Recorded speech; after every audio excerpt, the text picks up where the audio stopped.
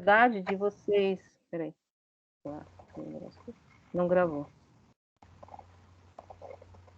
Então, começou. É um modo de vocês conhecerem também outros departamentos, sabe? Às vezes você tem interesse, quer estudar grego, quer estudar alemão, sei lá. Aí vê se tem alguma coisa sendo oferecida nessas áreas para saber como é que funciona, né? Sabe? É um modelo também de apresentação das, das várias facetas da universidade, né? Então tem palestra de filosofia, palestra de história, palestra do direito, vai ter um monte, com certeza. É bem interessante nesse sentido. Quando é presencial, a universidade vira meio uma feira, assim, tem aluno de ensino médio, sabe? É meio assim, uma mistura de campos abertos, sabe? Assim, é bem legal. Olha lá, eles já colocaram, olha lá, o Cleiton colocou aí, exatamente. E sabe como se inscrever, aí assim, aí eu acho que não vai ter nada presencial, assim, de novo. A gente já fez muita coisa, tipo, trazendo escola, enfim, era bem. Aí tinha peça de teatro no meio do corredor, tal, mas isso vai voltar a ser assim, né? Espero. E essa semana universitária, que é do dia 27 ao dia 30, né? Até o começo de outubro, é a última semana de setembro, ela geralmente não tem aula, tá? Geralmente eles pedem para que a gente não dê aula, para que ninguém dê aula, exatamente porque vocês podem fazer outras atividades. Na verdade, no modo online, não vejo isso tanto problema. Aqui no modo presencial, eles usam a UNB, né? Então, a sua sala está sendo usada para outra coisa, né? No modo online, não sei, enfim, se as pessoas vão dar aula, porque, né, tanto faz, né? Você está em casa. Muitas vezes, até a hora que você vai falar, não tem nada acontecendo, se bem que é difícil, né? Mas ninguém vai se inscrever. Mas também é uma espécie de semana de intervalo, sabe? Assim, para vocês respirarem um pouco, que é exatamente o meio do semestre. O que a gente chamava antigamente, politicamente incorretamente, de semana de saco cheio, né?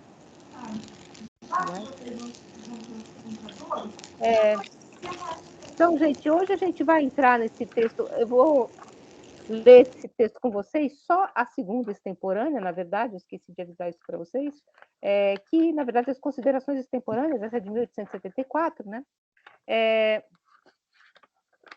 Que é essa consideração extemporânea da utilidade e desvantagens da história para a vida, né? Então, em que a gente vai falar, diga, as presenças? Então, pelo fórum e pelo fórum.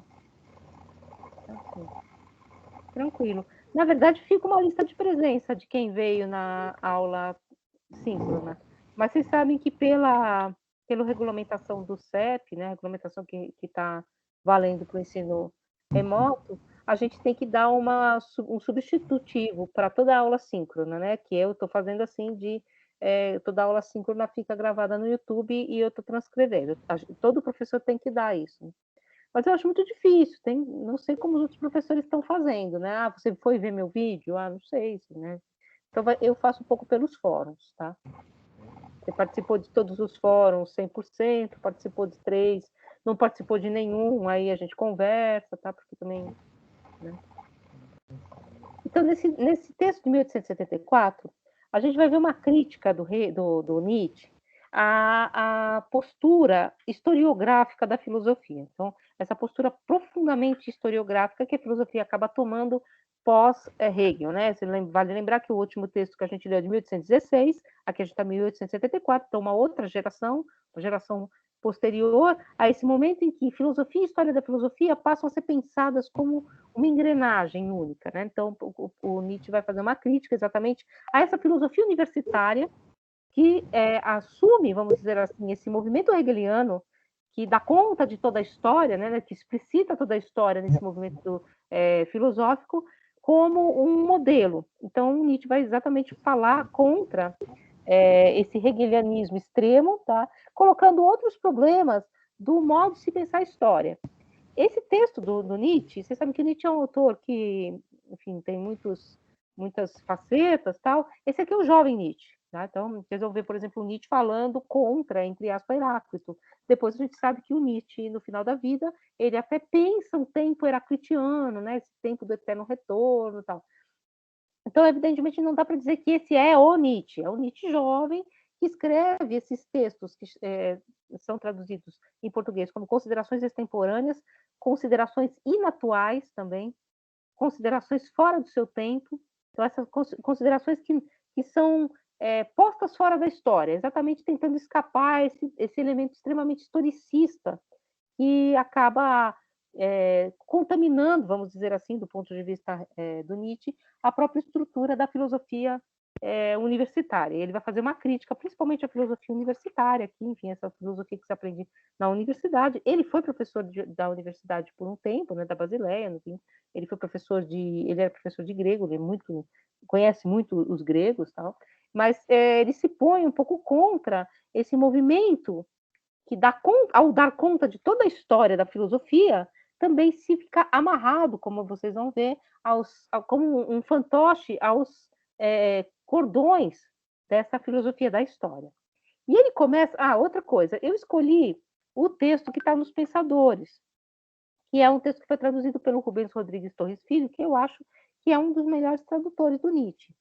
Se bem que aquele tradutor, o Paulo César, que é da Companhia das Letras, também é um bom tradutor, embora ele não seja um tradutor que veio da filosofia, né? Assim, tradutor filósofo, tal, assim. Então, às vezes tem algumas coisas conceituais que ele prefere deixar o texto mais fluente a deixar o texto mais preciso, tá? É uma escolha de tradução. Aquilo que eu falei para vocês, que as traduções, elas têm isso. Às vezes a tradução escolhe ser mais literária, ainda mais um autor como Nietzsche, que tem um pouco esse parentesco com a literatura, e às vezes escolhe ser mais preciso e ficar mais feio. O Rubens, eu acho que faz um casamento muito bom dessas duas dimensões, a precisão e da fluência do texto, só que ele não traduziu tudo, ele traduziu tudo aos pedaços. Vocês podem ver que vão ter 3 pontinhos, que é onde ele cortou, né? Inclusive, esse aqui é dos Pensadores, mas ele lançou novamente essa coletânea de texto do Nietzsche, e que ele chama de, não é obras completas, até esqueci. Ele faz uma brincadeira, porque não são as obras completas, é uma parte das obras que ele publicou, né? Assim, é só uma parte da tradução, nunca é o texto completo, não sei porquê. Mas para o que a gente vai fazer aqui, eu acho que é interessante. Outra questão, vocês vão ver que é claro que é possível fazer uma leitura estrutural do texto Nietzsche, mas é um texto que já, por ter esses elementos mais estranhos ao próprio desenvolvimento de um argumento filosófico, ele escapa um pouco, ele é um pouco escorregadio. Vocês vão ver que ele usa muita metáfora, muita imagem, muito exemplo, figuras de linguagem, que dão ao texto um colorido quase literário. Então, Nietzsche também se põe aí um pouco no extremo dessa possibilidade de leitura estrutural. Há várias perguntas se Nietzsche poderia ser lido estruturalmente, se é possível lê-lo desse modo, ou se ele é um autor que exatamente quer escapar a esse modelo acadêmico de escrita.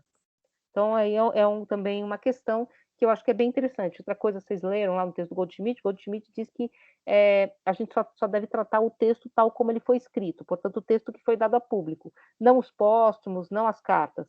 É muito difícil compreender Nietzsche, inclusive ele foi mal compreendido, se a gente deixa de lado exatamente essas obras póstumas do Nietzsche, aquilo que não foi publicado.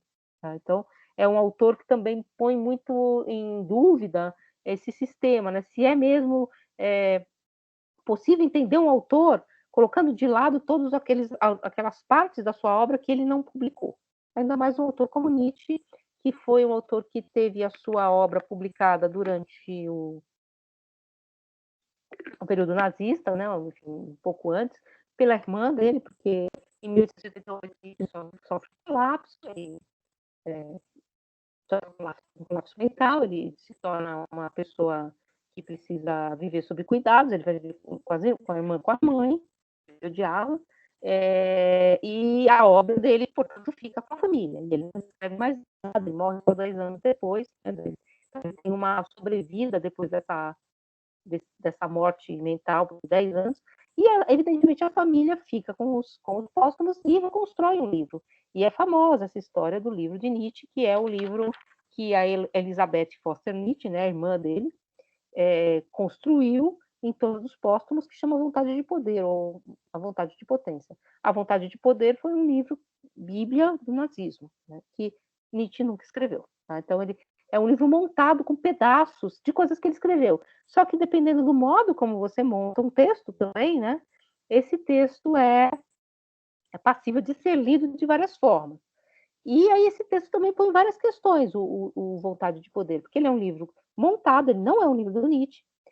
Nietzsche não escreveu esse livro, ele escreveu os póstumos, mas eles foram montados de outra forma. Hoje em dia a gente tem coleções desses póstumos, tá, que foram estudados por dois italianos, que é o Colli Montinari, então é a edição Colli Montinari, tá, que é a edição que se usa do Nietzsche hoje em dia. Mas esse livro, antes de Colli Montinari, antes desses dois pesquisadores fazerem essa pesquisa, ele teve uma larga descendência, inclusive uma descendência filosófica, né? Por exemplo, todos os leitores desse livro, Heidegger e os próprios franceses, nietzschianos. Então, é um pouco um exemplo limítrofe de um livro que foi montado, que foi forjado, né, pela irmã, que era nazista, o cunhado, acho que era também, cunhado dele, que foi forjado, portanto, né, para servir a outras, um outro elemento que não era próprio ao pensamento de Nietzsche. Nietzsche não sequer pôde opinar, mas, ao mesmo tempo, é um livro que teve uma potência filosófica de semear elementos filosóficos em várias tradições. Foi lido até essa edição do Colli Montinari. Então, lido por pessoas não fascistas, tá? Por pessoas também não lidos de outros modos. Então, é um livro bastante interessante do ponto de vista do método que o Goldschmidt põe. Porque, segundo Goldschmidt, esse livro deveria simplesmente ser colocado de lado, porque ele não é um livro que o autor escreveu, e, portanto, ele não é um livro que explicita o sistema tal como o autor pensou. Mas, por outro lado, historicamente, ele é um livro que serviu de apoio de movimento de pensamento, né? Para o bem e para o mal. Tá? Então, é uma questão muito interessante também que o Nietzsche põe para a gente, né? Põe para nós. Esse livro, A Vontade de Poder, só terminando a história, ele foi traduzido para o português, tal como ele foi concebido na sua montagem da Elizabeth, porque a gente tem tradução também dos póstumos, na ordem em que eles foram escritos, né, na desordem em que eles foram escritos, porque são pedaços, né? E foi muito polêmico na época, inclusive de alguns nietzschianos, entre eles a professora Scarlett Martin, que é uma nietzschiana famosa, dizer que esse livro nunca deveria ter sido traduzido e republicado. E aí é toda uma controvérsia em torno disso, eu só estou recuperando um pouco aqui. O tradutor disse, olha, eu traduzi porque esse livro, apesar de a gente saber toda a história desse livro, esse livro fez história na filosofia. Portanto, quem é historiador da filosofia precisa desse instrumental. Aí é um limite, tal, assim, foi bem polêmico na época, foi uma grande polêmica filosófica dessa tradução. Mas só falando um pouco do método, né, também, você vai ler os póstumos, hoje em dia todo nietzschiano, toda pessoa que se debruça sobre a obra de Nietzsche, evidentemente trabalha com os póstumos. Eu nem tenho os póstumos aqui, mas tem uma tradução dos póstumos também que não é a edição da Colli Montinari, não sei nem se está na mesma ordem, mas é uma edição legal, que é de um professor aqui da UNB, que é o Fábio Couto, também é da editora da UNB. Bom, então essa primeira parte, ele começa assim, já falando. Se há uma felicidade, se há uma ambição por uma nova felicidade e um sentimento qualquer, aquilo que firma o viver na vida e a força a viver, então talvez nenhum filósofo tenha tido mais razão do que o cínico, pois a felicidade do animal, que é o cínico perfeito, é a prova viva da razão do cinismo. Então ele começa falando exatamente o que é a felicidade, o que é a importância da filosofia para a vida. E é interessante que ele recupera essas escolas helenísticas, essas escolas do final do período da filosofia grega, que são escolas que têm mais um pensamento voltado para uma questão ética, os cínicos, os céticos, os epicuristas, tal, muito mais uma posição ética diante do mundo do que uma questão epistemológica, de perguntar qual é a verdade e tal. Então, a questão dos cínicos é como se pôr diante da vida, que é também uma pergunta que os epicuristas fazem, que os céticos fazem, uma espécie de aposta ética. E ele cita, então, essa figura dos cínicos. Eu vou trazer aqui para vocês um comentário sobre os cínicos, né? Enfim, a figura dos cínicos mais conhecida, o cínico mais conhecido é o Diógenes, né? Que ficava dentro do balde, né? O filósofo Chaves, né? Ele fica dentro do barril. E a descrição que a gente tem do Diógenes está num livro de um outro Diógenes, que é o Diógenes Laertius, na Vida dos Filósofos. O Diógenes Laertius assim cita o Diógenes, o cínico. Certa vez, Diógenes, vendo um rato correr de um lado para o outro, sem destino, sem procurar um lugar para dormir, sem medo das trevas e não querendo nada do que se considerava desejável, descobriu um remédio para suas dificuldades. Segundo alguns autores, ele foi o primeiro a dobrar o manto que tinha para usar também para dormir e carregava uma sacola onde guardava seu alimento. E via-se indiferentemente de qualquer lugar, servia-se indiferentemente de qualquer lugar para satisfazer qualquer necessidade, para o desejum ou para dormir. Então ele diz que ele vivia então como um rato, como um animal que tivesse, portanto, uma satisfação plena, nenhum desejo, portanto, nenhuma volição, nem para nada, nenhum querer. Né? E cínico, a palavra cínico em grego significa cachorro, cão, né? Cínico é cão. Não é o sentido que a gente dá para o cinismo. Por que cão? Porque você quer ver o mundo pelos olhos de um cão, olhar o mundo para o chão, olhar para baixo, não fica procurando o céu, as ideias, nada disso. Você vive tal como aquilo que foi te dado a viver. Né? Então você vive como um animal, mas num sentido pleno. Eu tenho tudo que eu preciso para viver. Eu preciso de um manto que eu desdobro, me cubro, ou eu dobro e durmo sobre ele. Eu vivo dentro de um barril ou na porta do pórtico de Zeus, que para mim está ótimo. Diógenes diz que Diógenes, o cínico, Diógenes Laercio, diz que Diógenes era um Sócrates demente. Então é uma espécie de Sócrates, né? Sócrates também tem um pouco essa dimensão do viver da simplicidade, né? A felicidade, esse momento feliz, esse momento único, é um momento ahistórico, é isso que ele vai dizer. É esse momento que eu consigo arrancar do tempo, da volição, do querer mais, do estar indo buscar alguma coisa. Então, é uma espécie de puro prazer ahistórico. Então, é uma espécie de pedra que eu arranco desse ciclo histórico. E se eu não puder, nunca, em nenhum momento, viver ahistoricamente, ou seja, ter esse momento em que eu não quero nada, eu não desejo nada, eu sou plenamente feliz, a felicidade escape, ele vai dizer isso. O poder esquecer, ou dito mais eruditamente, a faculdade de, enquanto dura a felicidade, sentir ahistoricamente, ela é fundamental para ser feliz. Quem não se instala no limiar do instante, esquecendo todos os passados, quem não quer capaz de manter-se sobre o ponto, como uma deusa da vitória, sem vertigem e medo, nunca saberá o que é felicidade. E pior ainda, nunca fará algo que torne outros felizes. Então, essa ideia da Nike, né, da deusa grega, que é uma deusa, ela é uma deusa alada, ela voa. Mas enquanto eu estou com a Nike na mão, né, Nike, né, Nike, que é uma asa, né, o símbolo da Nike, a vitória é alada, ela voa.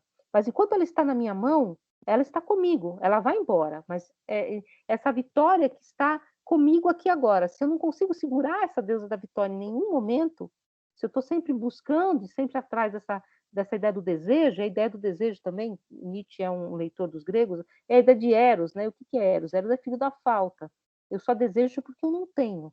Então, e o desejo é uma eterna procura, porque se o desejo se completa, se eu encontro o que eu quero, esse desejo é satisfeito, é exatamente esse momento ahistórico. Então, eu não quero nada, eu não procuro nada. Então, essa ideia de viver ahistoricamente, que ele está colocando um pouco nessa dimensão grega, né?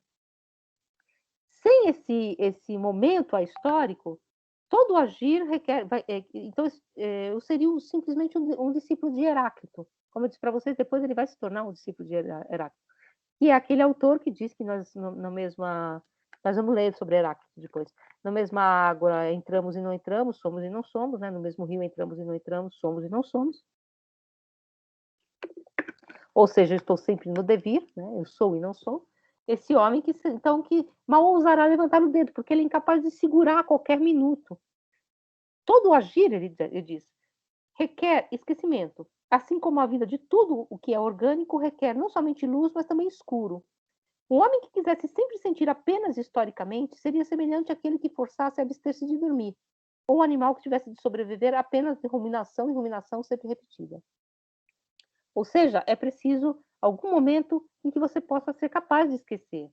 Há um grau de insônia, de ruminação, de sentido histórico, no qual o vivente chega a sofrer dano e, por fim, se arruína, seja ele um homem, um povo ou uma civilização.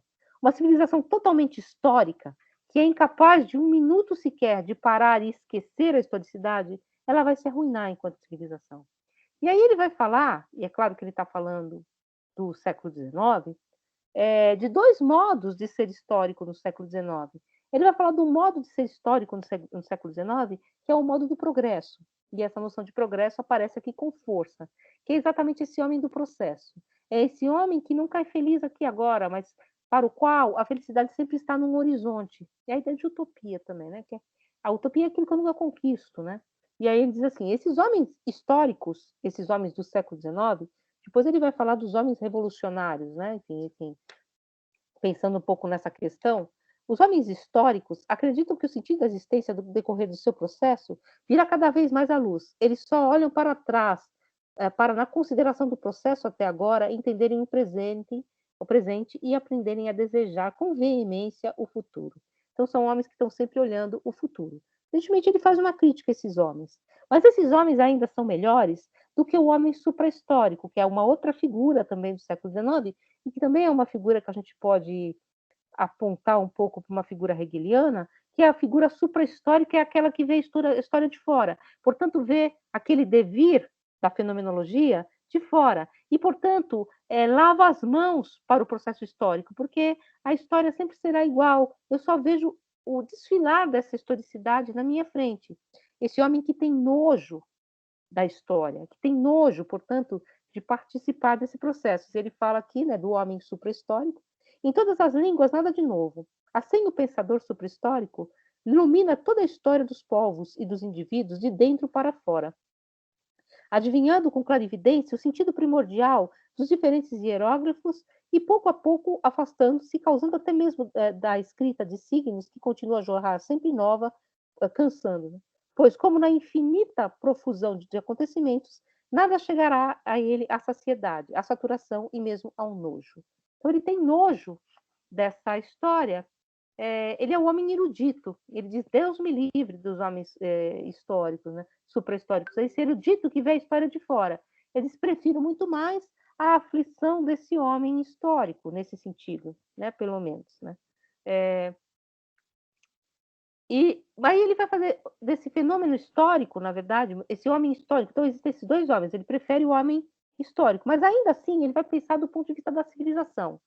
Ele diz assim, a história pensada como ciência pura, ou seja, a história pensada como ciência, como ela é pensada no século XIX, está pensada como essa ciência hegeliana,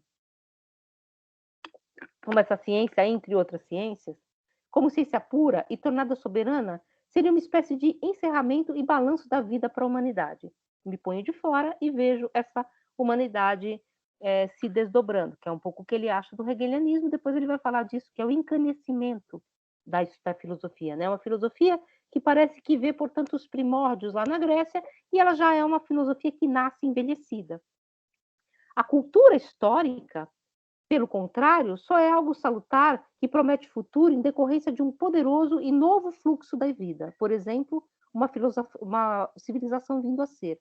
Portanto, somente quando ela é dominada e conduzida por uma força superior, e não é ela mesma que domina e conduz. Então, existe uma força da história, sim, só que não essa ciência da história, essa ciência pura do século XIX. E aí, no parágrafo 2, ele vai fazer uma comparação muito estranha. Para que serve a história se a gente sabe que ela nunca pode ser um modelo? Né? Só poderia pensar na história como um modelo se eu voltasse a ser um pitagórico. Se, ao invés, ele diz, de astrônomo, eu fosse astrólogo. Ou seja, ao invés de ser cientista, eu voltasse a ser um mágico. Nós queremos ser cientistas e pensar a história como um exemplo. E a história, desse ponto de vista do astrônomo, ou seja, do cientista, ela nunca se repetirá. A não ser que nós pensemos como os pitagóricos, que a cada nova constelação igual, tudo se repetiria novamente. Só que esse é um pensamento não científico ao modelo do século XIX. Então ele diz aqui, né? César sempre, do ponto de vista pitagórico, em uma outra conjuntura, O estoico se aliaria ao epicurista e assassinaria César. E sempre em uma outra conjuntura, Colombo descobrirá novamente a América. Somente se a Terra iniciasse sempre de novo a sua peça do teatro, depois do quinto ato, e se tivesse firmemente estabelecido que o mesmo nó de motivos, o mesmo Deus ex machina, ou seja, a mesma solução, e a mesma catástrofe retornasse a intervalos determinados, poderia o Forte desejar a história monumental em toda a sua veracidade icônica. Mas isso só poderia acontecer, ele diz, se os astrônomos se tenham tornado outra vez astrólogos. Do ponto de vista de uma ciência da história, isso está perdido. E aí ele diz que o que sobra para nós é uma ciência dos efeitos, é uma ciência das datas comemorativas, é essa ciência de efeitos em si, de exemplos que são descolados do seu processo, que são os dias de celebração, que hoje em dia não fazem mais nenhum sentido, tipo 7 de setembro, né? O que o 7 de setembro faz de sentido? Nada, né? Ele diz aqui, né? Hã? Professora, eu não compreendi direito essa parte. Você poderia explicar melhor um pouco, por favor? Sim, aí ele diz assim, né, por exemplo, que essa parte essa veracidade icônica da história, a história como um exemplo, que poderia, portanto, ser tomada novamente, porque algo daquilo que aconteceu lá poderia se reproduzir, se a mesma conjunção de fatos acontecesse novamente César seria assassinado, e se novamente a mesma conjunção de fatos se colocasse, novamente Colombo descobriria a América, aí sim a história poderia ser pensada como exemplo. Só que para isso acontecer, ele diz, nós deveríamos voltar novamente a uma espécie de pensamento mágico. Exatamente esse pensamento que a filosofia e o século XIX, e portanto a ciência, tal como nós conhecemos, colocou de lado. Nós não somos mais pitagóricos, os pitagóricos que pensavam, portanto, que sempre que você tivesse o mesmo número, a mesma conjunção astrológica, as coisas se repetiriam, numa espécie de tempo do eterno retorno. O tempo grego, ele está recuperando aqui, não é um tempo em linha reta, é um tempo do retornar. Mas nós não pensamos mais assim. Então é como se tivesse sobrado para nós apenas essa ideia de que os efeitos da história, eles existem sem causa, porque ela nunca vai se repetir. Ele fala isso aqui mais embaixo.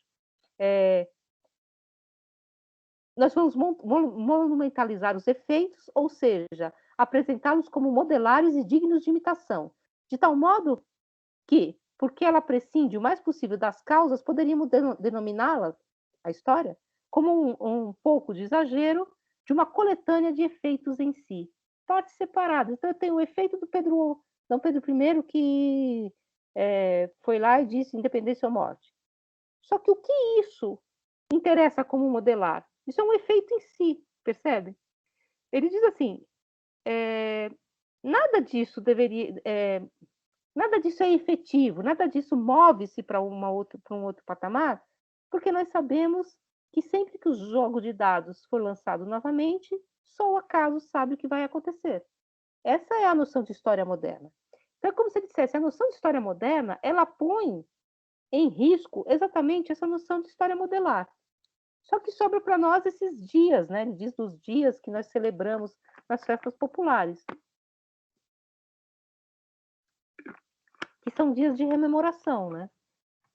Depois, parênteses, não tem nada a ver aqui, mas um outro autor que vai falar desse processo da história, que é o Walter Benjamin, ele vai falar que os dias de celebração são os dias em que o tempo para. Né? Então, é como se você cortasse a história, né? Então, aqui você para o tempo. Então, essa ideia do tempo, não como uma linha reta, que é um contínuo, que é aqui que o Nietzsche está falando. Esse contínuo que vai, nunca vai se repetir. O que significa para esse contínuo os efeitos da história? Nada. Benjamin fala, significa que nesse momento é como se o tempo parasse. E a rememoração faz o tempo voltar atrás, né? Nesse sentido do nosso conceito de história. Só que o que ele disse aqui, está dizendo aqui, é que não faz muito sentido conceber a história como ciência e, ao mesmo tempo, conservar os seus efeitos. Então, é como se a história não tivesse nenhum interesse para a vida nesse sentido, né? Aí a gente volta a um certo patamar hegeliano. Se a história, vale lembrar qual é o título, para que serve a história para a vida? Se os efeitos modelares não servem para nada, senão como efeitos em si, se a história, como tomada pelos homens suprahistóricos, é o puro nojo da humanidade, né? Um nojo daquilo que você sabe que vai sempre ser igual, porque está tudo dado, tudo é sempre igual, para que serve essa ciência da história para a vida? Por que nós pensamos a história?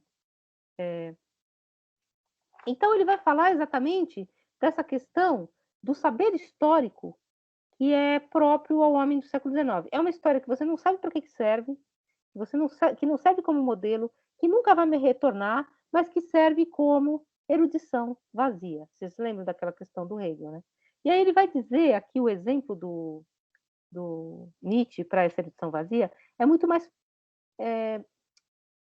palpável, é muito mais visual. Ele fala exatamente desse homem do século XIX, que é o homem do historicismo, que é o homem hegeliano, é um homem que é acumulado, que fica acumulado, que fica sobrecarregado de elementos históricos, de coisas que ele conhece, de cultura histórica que ele não sabe para que serve, que ele não sabe qual o uso.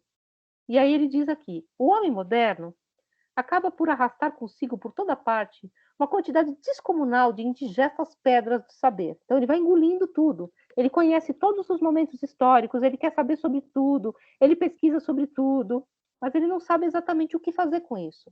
Que ainda ocasionalmente roncam na barriga, como se diz no conto. Eu não sei que conto é esse, mas eu sempre lembro do Macunaíma. Vocês lembram do Macunaíma? Que ele come o bicho lá, a perna do bicho, aí o bicho fala: perninha, onde você está? Aí ele fala dentro da barriga do Macunaíma: estou aqui. Vocês lembram disso? É mais ou menos o mesmo conto. Então você vai engolindo essas pedras de história e ficando com o estômago cheio, vamos dizer assim, dessas coisas que volta e meia são chamadas à vida, né? Com esses roncos, denuncia-se a propriedade mais própria desse homem moderno. A notável posição entre o interior, a que não corresponde nenhum exterior, e o exterior, a que não corresponde nenhum interior. Oposição que os povos antigos não conhecem. Ou seja, eu vou engolindo tudo, jogando tudo para dentro de mim. Mas essa exterioridade, ela nunca me compõe enquanto pessoa. Ela nunca me compõe enquanto indivíduo. Ela é apenas algo externo que eu vou colecionando. É como se o homem moderno colecionasse esses dados históricos.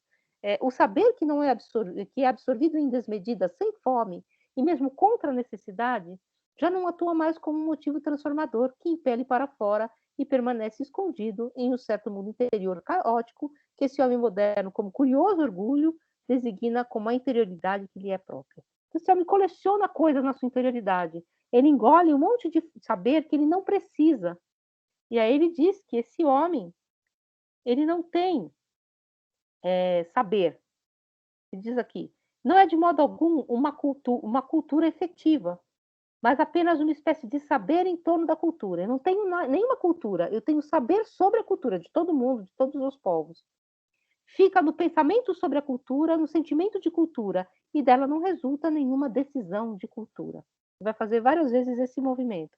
É como se, ele fala mais embaixo, uma cobra que engoliu um coelho e fica digerindo esse coelho e não se move, uma espécie de jiboia que fica ali parada, digerindo esse saber que você não sabe para que você precisa, porque ele acabou de dizer, eu não sei para que eu preciso da história, eu não entendi ainda para que eu preciso da história, que fica ali acumulando, vamos dizer assim, essa interioridade, que só se reproduz a si mesmo porque ela não consegue produzir nada exteriormente, que ele chama de culto da cultura histórica. E aí ele começou com os gregos, vale lembrar que ele era professor de cultura helenística, ele era professor de grego, e ele termina com os gregos. Ele diz aqui: aquele pequeno povo bem conhecido, de um passado não demasiado distante, refiro-me justamente aos gregos, havia preservado em si, no período de sua máxima força, um sentido ahistórico, não histórico. Se um homem contemporâneo tivesse de retornar por magia aquele tempo, aquele mundo, provavelmente acharia os gregos muito incultos, com que então o segredo tão meticulosamente oculto da cultura moderna seria descoberto, para a zombaria pública. Pois de nós mesmos, nós modernos, não temos nada. É somente por nos enchermos e abarrotarmos com tempos, costumes, artes, filosofia e religiões alheios que nos tornamos algo digno de atenção, ou seja, enciclopédias ambulantes e como tais talvez um heleno antigo extraviado em nosso tempo nos dirigisse a palavra. Então, se o homem fosse capaz, um homem moderno, fosse capaz de ser transportado para a Grécia Antiga, ele acharia os gregos incultos, porque os gregos não sabiam línguas, eles não conheciam história, eles não sabiam do mundo de todos os planetas, eles não viajavam, Sócrates nunca viajou. Então, eles eram homens de decisão de cultura, não homens cultos. E os gregos ririam dos homens modernos porque eles não têm de si nada. Eles têm culturas de outros povos, de outros mundos, acumulados dentro de si como enciclopédias. Fala, João. Professora, boa noite. Eu só fiquei com dúvida em como a gente vai inserir esse conceito de momento ahistórico dentro dessa perspectiva do homem do século XIX, que em si, histórico, mas de maneira hegeliana, né, que vai acumulando esses sistemas passados para tentar construir uma coisa que ele não sabe o que é ainda. Então, a grande crítica que ele vai fazer mais para frente é exatamente esse sistema hegeliano, que amarra o homem e a filosofia à perspectiva histórica. Né? E mais, há uma história que, tendo sido desenhada segundo o mesmo procedimento, o mesmo processo, você desenhou o processo do dever com o hegelianismo. Nela, todos os momentos se equivalem. E ele vai falar isso mais para frente. Todos os momentos dessa história são iguais. Não existe nenhum momento que seja mais potente que outro. Não existe nenhum momento que pode ser arrancado desse contínuo da história. É como se todas as civilizações, portanto, de todos os momentos históricos se equivalessem, porque todos eles são desenhados pelo mesmo procedimento. Vê que ele vai falar mais aqui para frente. Diz, toda a filosofia moderna está política e policialmente limitada a aparecer erudita. Por governos, igrejas, academias, costumes e covardia dos homens, ela permanece no suspiro, mas se ou no reconhecimento, era uma vez. Então, é uma história que ficou presa, vamos dizer assim, a esse contar-se e a esse medo acadêmico, vamos dizer assim, da própria potência de produzir uma outra coisa, de produzir algo fora desse contínuo da história. E aí ele vai falar dessa cultura histórica, dessa cultura filosófica, e aqui ele se volta muito para a academia e para a filosofia acadêmica. Ele é um grande crítico da filosofia acadêmica. Aliás, um texto que vem depois desse é Schopenhauer como educador.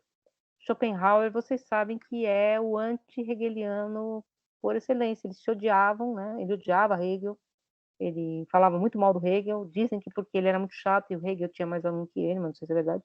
E ele era um professor universitário. Nietzsche foi professor universitário, mas logo deixa de ser, então ele é um crítico dessa academia. Ele fala, né, o filósofo universitário é aquele que filosofa com hora marcada diante de jovens petulantes. Ela é petulante também, né? Então eu venho aqui às 9 horas filosofar diante de jovens petulantes. E agora ele vai falar dos jovens petulantes, que são o quê? Os estudantes de filosofia. Ele vai dizer aqui, pouco a pouco, falta toda a congruência entre o homem e seu domínio histórico. São pequenos rapazolas petulantes que vemos tratar com romanos como se eles fossem seus iguais. Então, esses rapazolas petulantes da academia se põem num lugar supra-histórico para tratar com gregos, com romanos, com franceses, com toda a história da filosofia de igual para igual. E aí ele continua. E nos restos mortais de poetas gregos, eles revolvem e cavam, como se também esses corpóras estivessem jazendo prontos para a sua dissecação e fossem vilia, como seus próprios corpóra literários poderiam ser, como se eles estivessem dissecando um cadáver, um corpo, uma coisa vil, vilia, uma coisa podre. Então eles dissecam, que é um pouco o que a gente está fazendo aqui, tá? Ele faria toda uma crítica a isso. A gente disseca um poema grego como um cientista.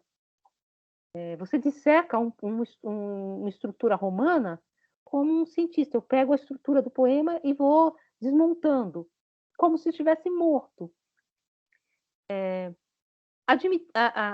Admitindo que um deles se ocupe com Demócrito, está sempre nos meus lábios a pergunta: mas por que Demócrito? Por que não Heráclito, ou Fílon, ou Bacon, ou Descartes? E assim por diante, um orador, um poeta, etc. Por que este não aquele? Ou seja, se tudo se equivale, você simplesmente vai dissecar Demócrito, você vai dissecar Sócrates, você vai dissecar como se tudo estivesse morto, historicamente morto. Por que esse não aquele? Ele está fazendo aqui uma crítica a uma coisa que a gente conhece muito na universidade. Você escolhe um objeto, você não sabe muito bem por quê, você justifica, mas você justifica academicamente. Vocês já devem ter feito isso quando vocês fazem projeto de PIBIC, né? Por que você está fazendo isso? Muitas vezes você está fazendo isso simplesmente como um exercício, né? Então, tanto faz mesmo ser Descartes ou ser Hume, tanto faz. Sempre conto a minha história, né? A história pregressa da minha vida. Quando eu estava na filosofia, eu vim da estética, né? Então, eu vim da arte, vim da tal. Mas eu me interessei muito por filosofia medieval. Por nada, porque é muito interessante como é o pensamento medieval. Ele é muito bem articulado, né? Parece uma máquina de pensar. Que vai explicando o céu, os anjos, Deus, tal. Que aí eu li muito Tomás de Aquino, tal. E aí eu fui conversar com o professor, tal, sobre o trabalho que eu tinha feito. Ele falou: "Ah, você gosta de filosofia medieval? Então por que você não estuda Tomás de Aquino? Você sabe que no mercado tem muito pouco professor de filosofia medieval, ou seja, não estou fazendo nenhuma crítica, mas o que ele me falou? Ele falou: olha, escolhe aí um objeto, né? Se você gostou, escolhe aí esse objeto. Não é porque esse objeto ia potencializar o meu pensamento, era porque no mercado de trabalho tinha pouco medievalista, e realmente tem pouco medievalista. Então você vai ter mais mercado de trabalho. O que o Nietzsche fala assim, poxa vida, você se põe de frente aos grandes homens da humanidade, aos Sócrates, aos romanos, aos gregos, desse modo, como um rapazola petulante, e aí ele continua. E assim por diante, à vontade. E em seguida, mas por que justo um filósofo? Por que não um poeta, um orador? E por que, em geral, um grego? Por que não um inglês, um turco? O passado não é suficientemente grande para que nele se encontre algo junto ao qual vós mesmos não ficasseis tão ridiculamente gratuitos. Mas, como foi dito, é uma geração de eunucos. Aqui são as metáforas nietzschianas que Hegel não faria. É uma geração de eunucos.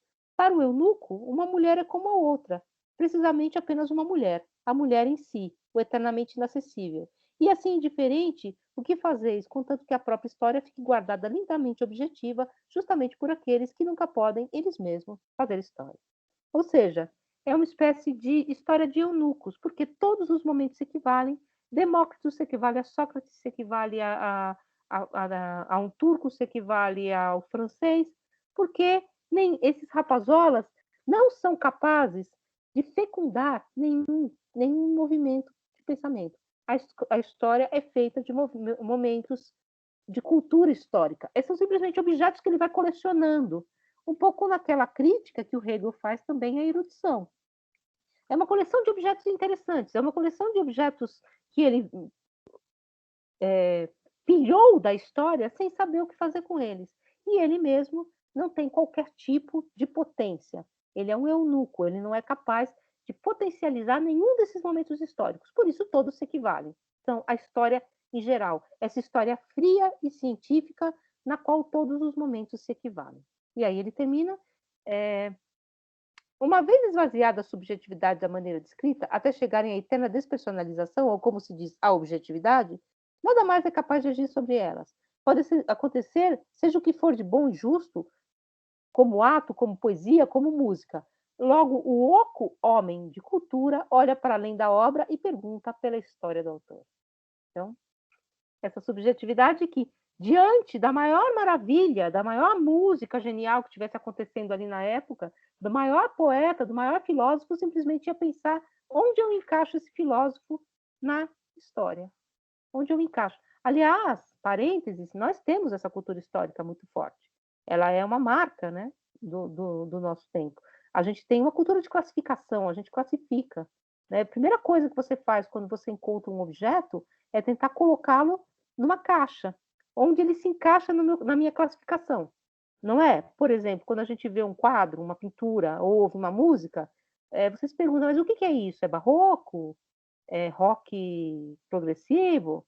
Ou seja, você encaixa em algum lugar da história. Isso é muito próprio da nossa cultura, que tem um pendor classificatório muito grande, né? De classificar, de colocar, portanto, em algum lugar, em alguma vizinhança, para que nós possamos compreendê-la nesse sentido. Ou seja, diante, diz Nietzsche, diante de uma potência imensa da história, diante de uma grande movimentação histórica capaz de mudar tudo, a civilização do século XIX ia ser incapaz de perceber esse movimento. Aliás, é uma coisa que vocês vão ouvir na academia. Às vezes, a gente é capaz na academia? É uma questão, tá? Não estou colocando se eu sou ou não. A academia é um lugar do médio, ela não é lugar do gênio. Mas nós seríamos capazes de perceber um gênio?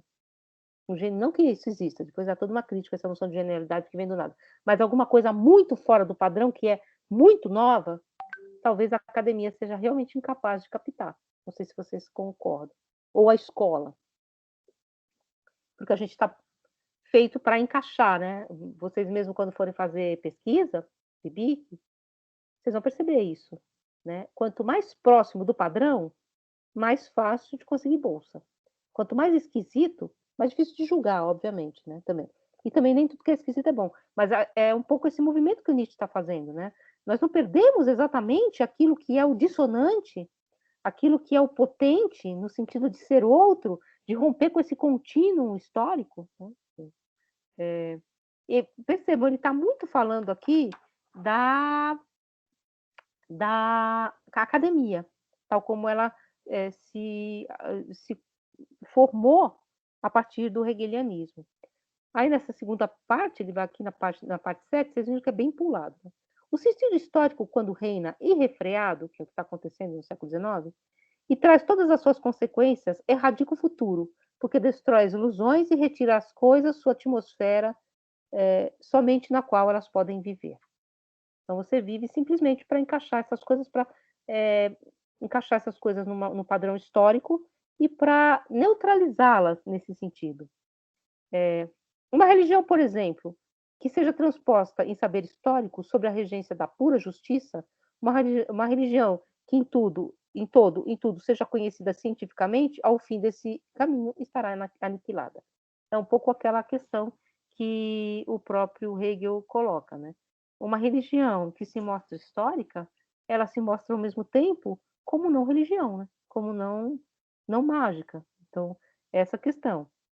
Nesses efeitos, a história é o oposto da arte. E somente quando a história suporta ser transformada em obra de arte e, portanto, tornar-se uma forma artística, ela pode talvez conservar instintos ou mesmo superá-los. Uma tal historiografia, porém, estaria em tal contradição com o traço analítico e inartístico de nosso tempo e até mesmo seria sentido por ele como uma falsificação.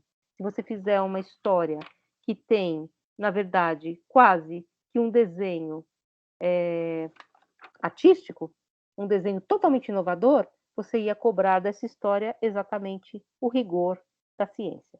Né? Então, é isso que ele critica.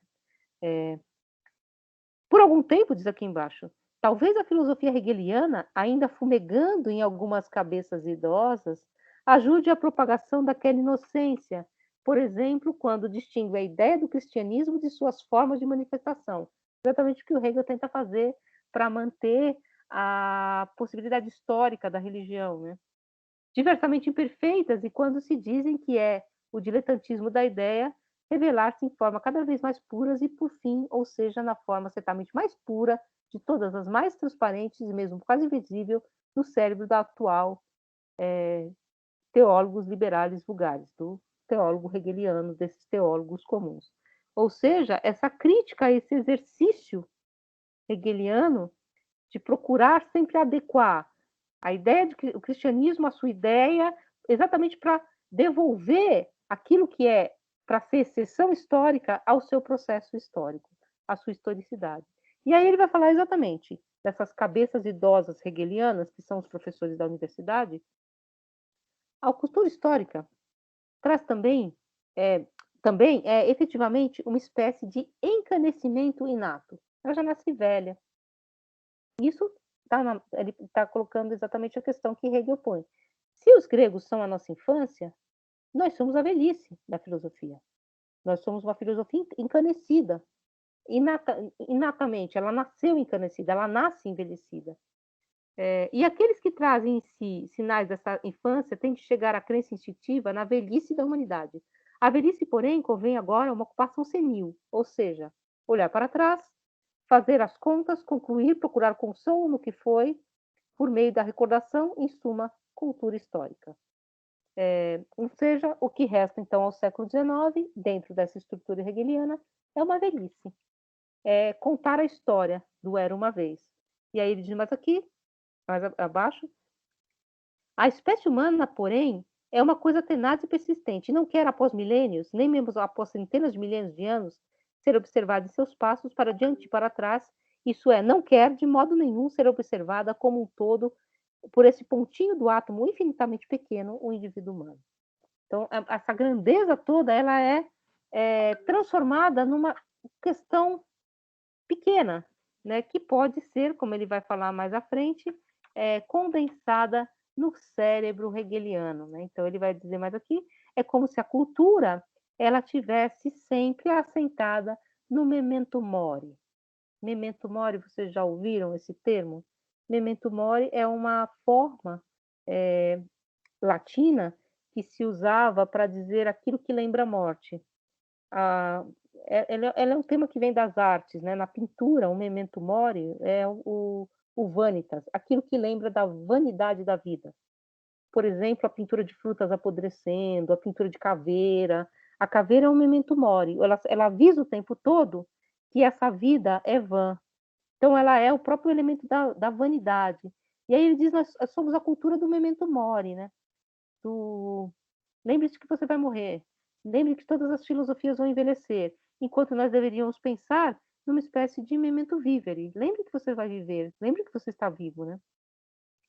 Ao invés de aprofundar nesse sentimento epigonal, né, de epígono, daquilo que é final do encanecimento inato. E aí ele fala aqui, a consideração amarga e profunda, profundamente séria, sobre o desvalor de todo o acontecimento, de toda a novidade, tudo aquilo que pode eclodir, de repente, sobre o estar maduro para o julgamento do mundo, liquefez-se na consciência cética de que, em todo caso, é bom saber todo o acontecido, porque é tarde demais para fazer algo de melhor. Assim, o sentido histórico torna seus servidores passivos e retrospectivos, e quase que somente por esquecimento momentâneo, precisamente na intermitência desse sentido, o doente da febre histórica se torna ativo para tão logo a ação tenha passado, secar seu ato, impedir por meio da consideração analítica a continuação de seu efeito e, finalmente, ressequí-lo em história. Assim que algo de novo aparece, essa cultura histórica ela devolve tudo para esse encanecimento inato, e aí ele faz exatamente aquele trecho que a gente leu do texto do Hegel, tudo que existiu, o Deus que veio à Terra, existiu para que o espírito tomasse consciência de si. Lembram disso? Eu li para vocês? Olha o que ele repete aqui. Essa história entendida hegelianamente foi chamada, com escárnio, a perambulação de Deus sobre a Terra. Deus este que, entretanto, por seu lado, só é feito pela história. Esse Deus, porém, tornou-se, no interior da caixa craniana de Hegel, transparente e inteligível para si mesmo e já galgou os degraus dialéticos possíveis do seu vir a ser até chegar a essa autorrevelação. De tal modo que, para Hegel, o ponto culminante, o ponto final do processo universal consiste em sua própria existência berlinense. Ou seja, como se tudo que existiu, existiu para acabar na existência berlinense de Hegel. Essa questão é como se toda a história universal, tudo que existiu, os gregos, os romanos, todas as grandes potências da humanidade existiram para ser, portanto, sintetizadas, explicadas pelo processo hegeliano. E aí ele continua. E aí quando ele fala nessa existência berlinense, né, como você fala assim, essa coisa menor, né, porque Berlim é enfim, eles têm toda essa relação, o alemão tem toda essa relação, né, com ser alemão, que é uma coisa, é a figura mais anacrônica do mundo. O Nietzsche fala assim, nada pior do que ser alemão. Então um pouco essa autodepreciação que o brasileiro tem muito, né? Como se ele dissesse assim, tudo que existiu, existiu para acabar na quadra da Mangueira, sabe? Assim, tipo, fazendo uma espécie de jogando para baixo, né? Tudo que existiu no mundo, todas as coisas grandiosas, existiram para acabar no crânio genial de um berlinense comum, né? De um burguês berlinense. E aí ele faz, aliás, ele teria mesmo de dizer que todas as coisas que viriam depois dele só devem ser avaliadas propriamente e como a coda musical de um rondó da história universal, ou ainda mais propriamente como supérfluas. É tudo a coda de uma... O que Hegel faz? Ele desenha todo o devir. E tudo que virá, portanto, é uma coda. A coda é um retorno, né, na música, vocês sabem. Né? Nietzsche era músico também, né? Então, tudo que virá do mesmo modo, porque eu expliquei como é que vem a ser. Eu expliquei como o espírito humano veio. Portanto, o próximo passo está descrito, né? Então, está colocado na potência da história. E ele continua aqui. Ele implementou nas gerações fermentadas por ele aquela admiração diante da potência da história que praticamente converte todos os instantes em admiração do sucedido e conduz à idolatria do factual. Né? Mas quem aprendeu antes a curvar as costas e inclinar a cabeça diante da potência da história, acaba por acenar mecanicamente a chinesa, seu sim a toda a potência, seja esta um governo, ou uma opinião pública, ou uma maioria numérica, e movimenta seus membros precisamente no ritmo em que alguma potência puxa os fios. Ou seja, é impossível ver o novo, né? Porque você está preso àquilo que a história te deu, a um governo, a uma religião, aos cordões, vamos dizer assim, da história que fazem de você um marionete que acena a chinesa, né? Que aceita, né? E aí ele diz: se todo sucedido contém em si uma necessidade racional, se todo acontecimento é o triunfo, é o triunfo do lógico ou da ideia, então, depressa, todos de joelho e percorrer ajoelhado toda a escada dos sucedidos. Aqui é um pouco aquela questão: se está tudo dado, então depressa, vamos simplesmente percorrer novamente de joelhos, e ele está fazendo aqui, evidentemente, uma metáfora meio cristã, meio religiosa, né? Vamos fazer essa penitência em torno da relação da história. Exatamente um pouco aquela ideia de que a história seria toda determinada. Então, o que Hegel faz? Ele determina a impotência particular de cada um dos movimentos da história, desenhando hegelianamente o processo do devir, e também faz isso com o futuro, porque ele desenha esse devir como uma coda da história universal. E produz, portanto, nas cabeças hegelianas da academia, exatamente essa subserviência à história, que é aquela subserviência do eunuco. Né? Todos os momentos da história são iguais, portanto, em todos os momentos da história eu vejo o mesmo, portanto, em todos os momentos da história, se tudo é igual e os gregos se equivalem aos romanos, eu simplesmente vejo mais o momento da próxima etapa histórica e mais nada. Nada é capaz, portanto, de produzir essa eclosão, vamos dizer assim, de uma nova civilização. Ele vai dizer mais aqui embaixo, né? Tomar tudo objetivamente, ou seja, tomar tudo objetivamente é esse elemento da ciência do século XIX, ser objetivo, ou seja, friamente, a história pura, a história objetiva, a história científica, a história que não tem resquícios astrológicos, que não tem resquícios mágicos. Você tirou tudo isso de lado. Tomar tudo objetivamente, não se zangar com nada, não amar nada, ou seja, eu não gosto mais de Demócrito do que de Sócrates, porque historicamente eles se equivalem. Né? Então, tenho mais propensão a um autor do que a outro. Compreender tudo, que é a questão do historiador, né? Eu compreendo todos os processos históricos dentro do seu sistema. Como isso torna brando e maleável, e mesmo quando um educado nessa escola alguma vez se zanga publicamente e se irrita, isso causa alegria, pois bem se sabe que a intenção é apenas artística, é ira e estudo, e, no entanto, inteiramente sem ira e sem estudo. É uma ira fake, né? Porque você entende a história, então você vai falar de um momento histórico que você acha catastrófico, mas aí você fica, não, mas é que historicamente a gente tem que pensar o objetivo, ou se vocês quiserem fazer aqui uma metáfora bem nietzschiana aqui. Nietzsche seria, embora ele seja alguém ligado às artes, ele seria aquele que, sim, vamos derrubar essas estátuas. Porque o que o historiador fala? Não, gente, tem que pensar esses homens que estão representados nessas estátuas, que o pessoal está queimando, derrubando, como homens históricos. A história, ela aconteceu assim. Então, a gente tem que pensar esses homens dentro de uma rede histórica, ou seja, a ira toda desaparece, percebe? Enquanto quando você age historicamente, você vai lá e derruba a estátua dentro do rio. Não estou falando para vocês fazerem isso, tá? Mas é um pouco essa dimensão que vocês podem pensar, né?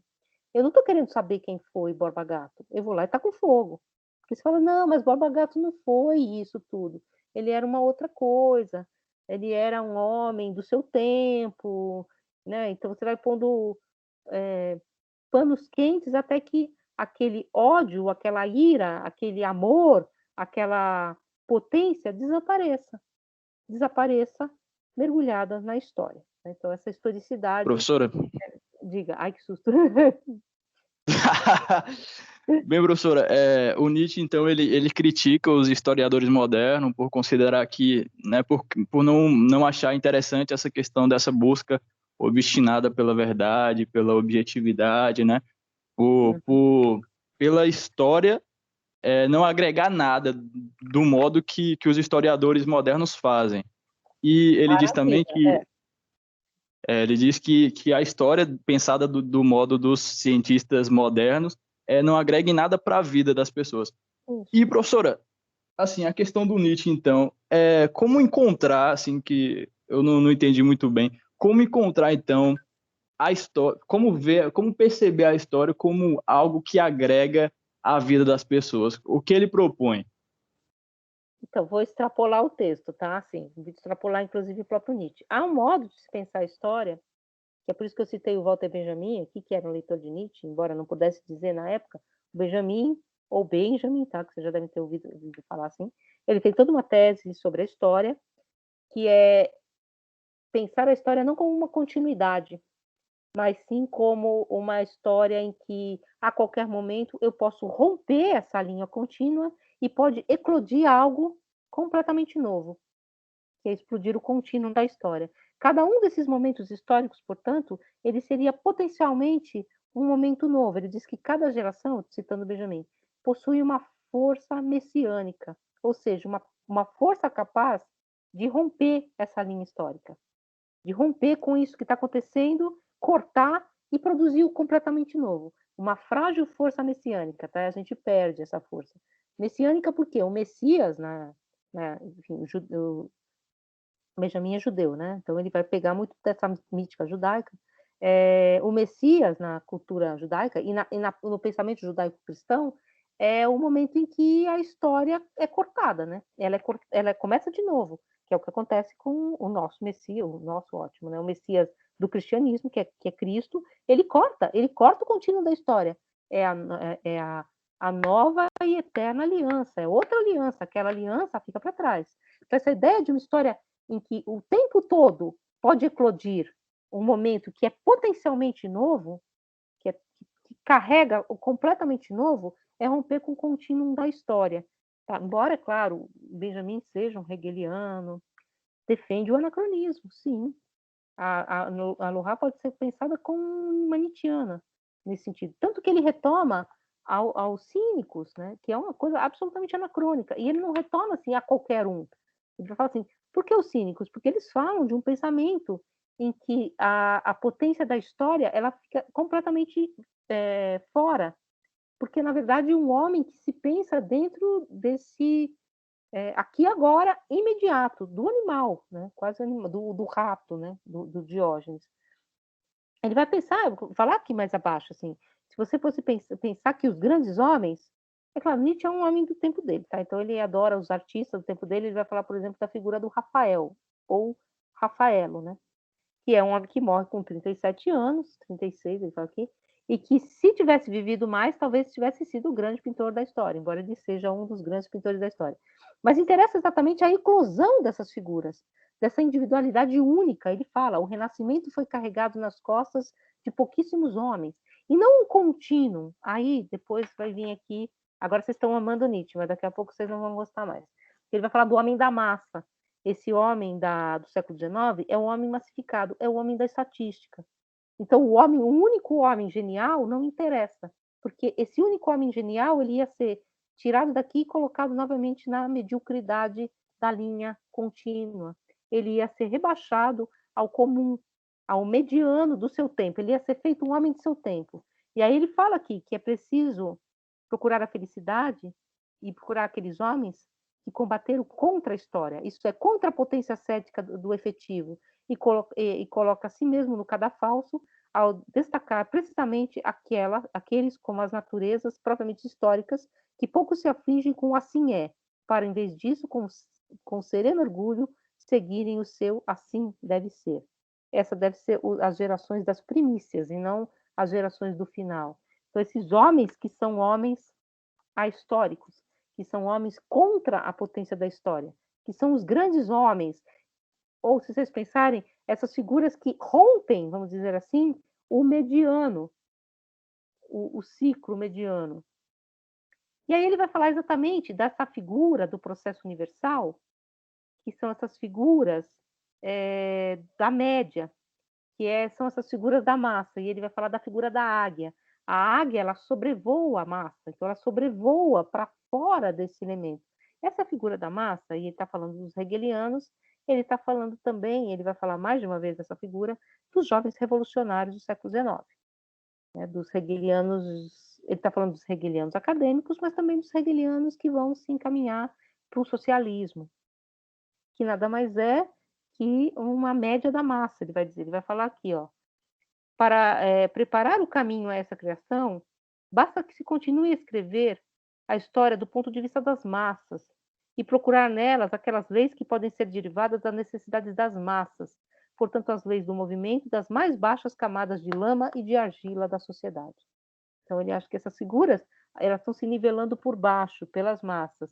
Somente sobre 3 perspectivas as massas me parecem merecer um olhar. Uma vez como cópias esmaecidas dos grandes homens, impressas em mau papel e com chapas gastas, em seguida como obstáculos contra os grandes, e enfim como instrumento dos grandes. De resto, leve ao diabo e à estatística. Horrível, não é? Então, a massa, ou seja, esse pensamento do século XIX, porque tudo isso que ele falou também, esse pensamento científico, tem a ver com essa tentativa de pensar a estatística, para pensar a massa, para pensar também o que está acontecendo com os trabalhadores do século XIX, quais são esses movimentos do século XIX, do socialismo utópico, e depois do socialismo científico, né, das ciências sociais também, né, a emergência das ciências sociais.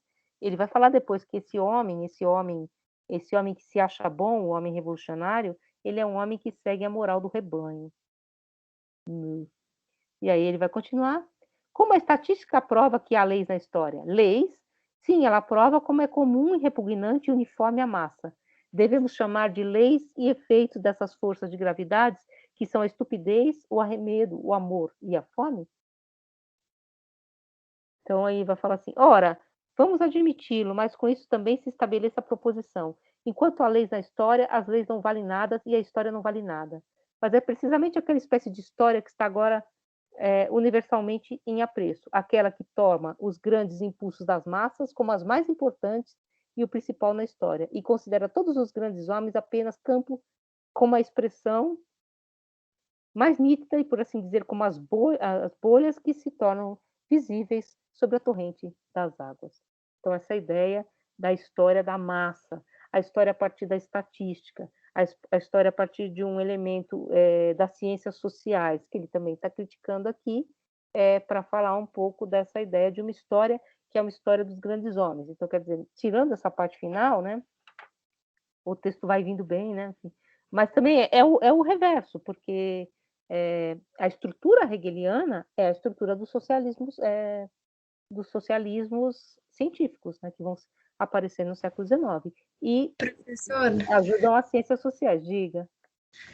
Você falou que foi a irmã dele que publicou essa obra e que ela era nazista, né? Qual a chance dela ter escrito isso ao invés dele? Então, ela montou, porque a gente acha, porque depois, quando ela morreu e caiu em domínio público e tal, e aí abriram os arquivos, porque, história, tem um filme que eu acho bem legal, que chama Nietzsche em Turim, vocês já viram? É um filme brasileiro, que é o último momento do Nietzsche, quando ele pira, né, o cabeção. E aí ele tá escrevendo um monte, escrevendo, enfiando tudo num baú. Escrevendo, e aí tem um baú de um monte de coisa que ele escreveu. E aí ele pira, ele surta. Ele vai beijar um cavalo na rua, assim, e vai agradar um cavalo na rua. Aí ele surta no meio da rua, aí vai um amigo dele, chamam, né? Alguém chama um amigo, seu amigo surtou, e esse cara cata todas essas coisas dele no baú e entrega para a família, fica com a família. Né? E fica, né? Fica umas partes com a família.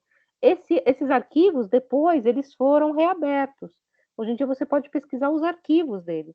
E nesses arquivos, que foi o que o Colin Montinari, esses dois pesquisadores, organizaram, você percebe que ela montou, então, algumas coisas ele escreveu, só que não nessa ordem, não nesse momento, não desse pedaço. Então, ela montou com os restos que ela encontrou do irmão, os restos que ele estava escrevendo, que são os póstumos, e também partes de livros que ele estava escrevendo. Ele estava escrevendo devagar, é ciência, aí sobrou um pedaço e ficou ali. Ela pegou aquilo como se ele tivesse escrito tudo na mesma ordem. E aí o que esses historiadores da filosofia, o Colin Montinari, fizeram foi devolver a ordem original dos artigos, das partes, dos póstumos, que são os fragmentos. Inclusive, levando em conta que o Nietzsche muda muito de ideia. Por isso que eu disse para vocês, aqui em 74 você está no Nietzsche das extemporâneas, que é o Nietzsche jovem. Aí depois ele vai escrever o Zaratustra, depois ele vai escrever o Humano Demasiado Humano, depois ele escreve a Aurora, depois ele escreve a genealogia da moral, então a Gaia Ciência, o Zaratustra. Então ele vai tendo um processo também na obra dele, em que ele vai mudando um pouco a sua perspectiva. Por exemplo, o jovem Nietzsche é muito ligado, apesar de ele estar fazendo aqui uma crítica à história científica, à ciência, à perspectiva da ciência, né? A perspectiva da ciência como superior à perspectiva da metafísica. Depois ele percebe que também a ciência é nada mais, nada menos que uma metafísica. É uma espécie de dar ordens antropomórficas para a natureza, né, na ciência do século XIX. Então ele fala disso. Essa regra eu também tirei da fogueira de Platão. Ele fala, eu também tirei de uma metafísica. Então ele encontra também em Darwin uma espécie de metafísica. Mas ele tem uma fase da vida em que ele é muito próximo a esses autores da ciência do século XIX, que ele lia, dizem os estudiosos, em livros de divulgação. Tá? Não era um grande conhecedor da ciência. Então, mas aí ele vai mudando, isso vai mudando, e ele escreve que ele mudou, né? Eu percebi que eu caí, então, e aí você reorganizar esses póstumos faz com que a gente entenda um pouco a localização. Eu mesmo falei para vocês aqui nesse livro, nas extemporâneas, ele está falando que o tempo heraclitiano, que é o tempo do eterno retorno, é um tempo em que você não seria feliz. Depois ele retoma pensando que o tempo de Heráclito é o tempo do vir a ser, que é o tempo do construir, como uma criança que reconstrói. Então, quer dizer, ele muda um pouco de perspectiva, ou um pouco a leitura que ele tinha desses autores, que ele conhecia super bem, né? Aqui tem um pouco a ordem dos livros, né? A ordem mais clássica.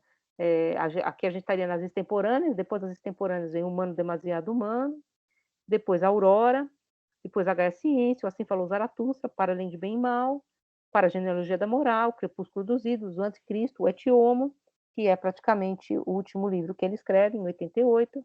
Aí você tem aqui nesse livro algumas partes dos excertos que seriam sobre o niilismo e o eterno retorno, que são partes dos póstumos, nessa tradução que é a tradução dos pensadores, né? Então já tem um pouco a ordem. E você vai vendo na própria obra como Nietzsche comenta que ele vai mudando a sua perspectiva. Aí se você pega uma parte daqui, uma parte daqui, uma parte daqui e costura, você cria uma outra obra, né? Mas eu nunca estudei. Eu fui aluna da Scarlett, né, da professora Scarlett. E como ela tinha um horror a essa obra, a Vontade de Poder, inclusive vontade de poder é um termo nietzschiano, né? Vontade de potência, ela preferia. Porque vontade de poder, ela achava que referia a essa obra. Então, ele fala do conceito de vontade de potência. O conceito de vontade de potência, que vai aparecer nos póstumos, é exatamente essa vontade que não tem vetor. Não é vontade de algo, é simplesmente vontade. É uma espécie de movimento de tudo sem direção nenhuma, que não tem vetor. Então, o mundo é vontade de potência. Então, é vontade de ir além, de ir mais, mas não necessariamente como pensa Kant ou como pensa Hegel, para algo de melhor. É só ir, é só mover-se, né? Inclusive, o mover-se do aniquilar. O aniquilar também é uma vontade, né? Então, ele vai falar muito disso. Mas na vontade de poder, aí ela transformou numa outra coisa. Se vocês quiserem, depois eu trago alguns textos aí sobre isso. inclusive como o Heidegger leu, né? A gente vai falar um pouquinho de Heidegger mais para frente, como ele leu esse livro, né? Como, num certo sentido, Heidegger é um Nietzscheano em alguma medida, né? Essa questão, Nietzsche está tentando fazer com que a filosofia saia, vamos dizer assim, desse arcabouço metafísico que tem na estruturação hegeliana um dos seus passos, para que ela avance para além dessa metafísica ocidental. Então, é um pouco aquilo que ele quer fazer nos próximos livros, né? No seu movimento. Uma filosofia que seja uma filosofia que fale para a vida. Aí você vai perguntar, mas o que é vida para o Nietzsche? Ele fala, então, a vida é aquilo que não pode ser avaliado, porque da vida eu nunca saio para pesá-la. Então, é um pouco essa dimensão de algo que não está, portanto, dentro de um arcabouço conceitual daquilo que é discursivamente valorado. Então, a vida tem um pouco esse sentido. Não aqui, mas depois, né? O que é a vida? Né? O que é o efetivo hegeliano? O que é isso? Ele vai tentar pensar exatamente essas questões, enfim, mais para frente na sua obra. Aí, se vocês quiserem, a gente tem professores lá na filosofia que são nietzschianos, que estudam Nietzsche, tá? Nietzschiano nesse sentido, que estuda Nietzsche. Aí, se vocês tiverem interesse, né, de conhecer mais essas obras, enfim, do Nietzsche. Aliás, eu ia começar, eu vou falar um pouco isso na aula que vem, mas já posso adiantar um pouquinho aqui para vocês, e a gente vai meio que encaminhando para o final, é que Nietzsche pode ser visto tanto como um anti-iluminista total, porque ele está desviando a rota do iluminismo, inclusive uma das questões que ele vai falar no Para Além de Bem e Mal é por que a verdade é melhor que a mentira? Por que os filósofos sempre seguiram a verdade? Por que o sofista não é melhor que Platão? Não sei, né? De onde vocês tiraram essa suposição de que a verdade é esse bem absoluto? Vocês duvidaram de tudo, menos de que a verdade talvez não fosse aquilo que é o central, que a ficção fosse mais importante. Então, ele tem um pouco essa dúvida. E aí, alguns autores acham que isso é uma ruptura extrema com o que seria o movimento do iluminismo e do esclarecimento. Outros autores acham que isso, na verdade, é um esclarecimento e iluminismo extremado, né? Ele é uma outra volta do mesmo procedimento do iluminismo.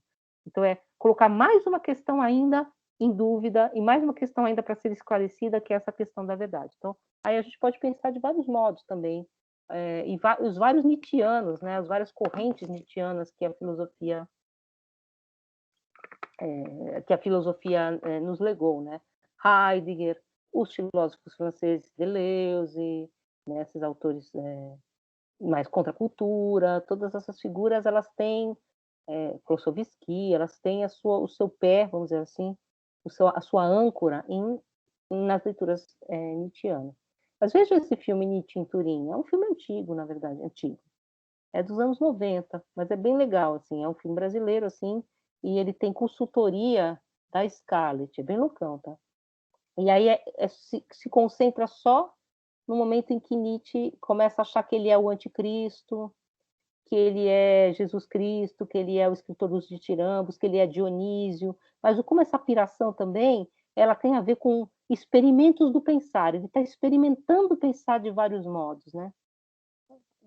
Até que, ou seja, experimentando sair daquela casca do burguês do século XIX, do homem que se veste de preto, que tem um determinado comportamento, né? Enfim, tentando experimentar outros modos de vida. Que vocês sabem que não dá errado, né? Porque ele surta, né? Mas, enfim. Então, esse experimento com o pensamento leva a beijar o cavalo na rua, né? Abraçar o cavalo. Ele vai impedir que o cocheiro espanque o cavalo, né? Enfim. E aí surta no meio da rua e ele fala, né, que você tem que viver a sua vida como se a ampulheta fosse sempre ser virada, né? Você tem que viver cada momento da sua vida como se ele fosse retornar infinitamente.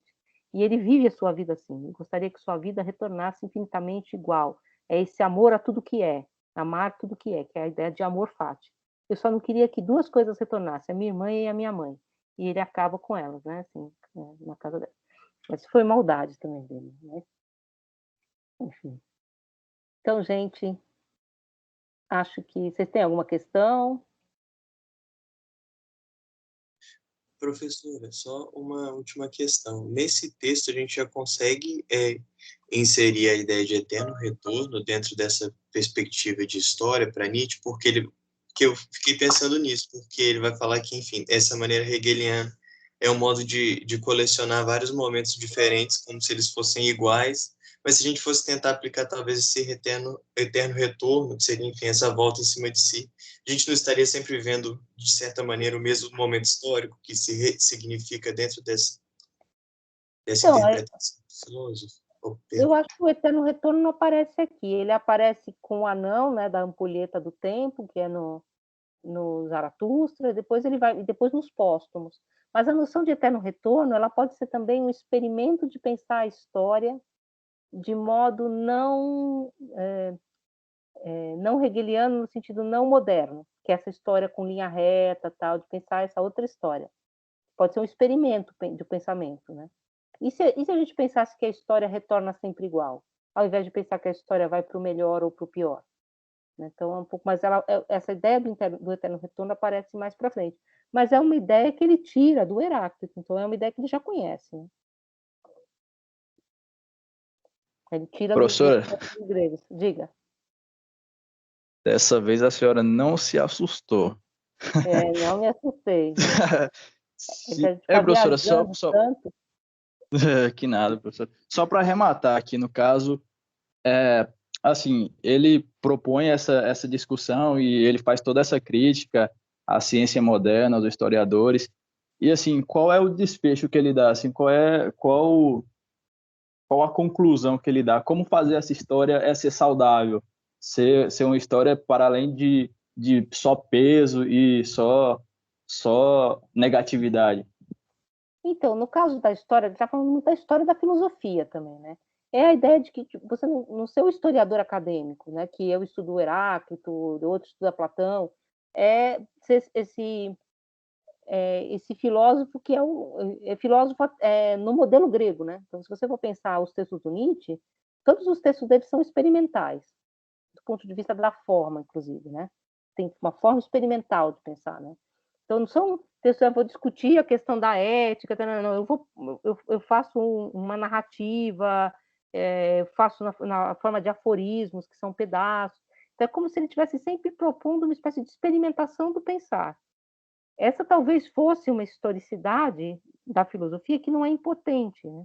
Que a grande crítica que ele faz nesse texto também é ao filósofo acadêmico, né?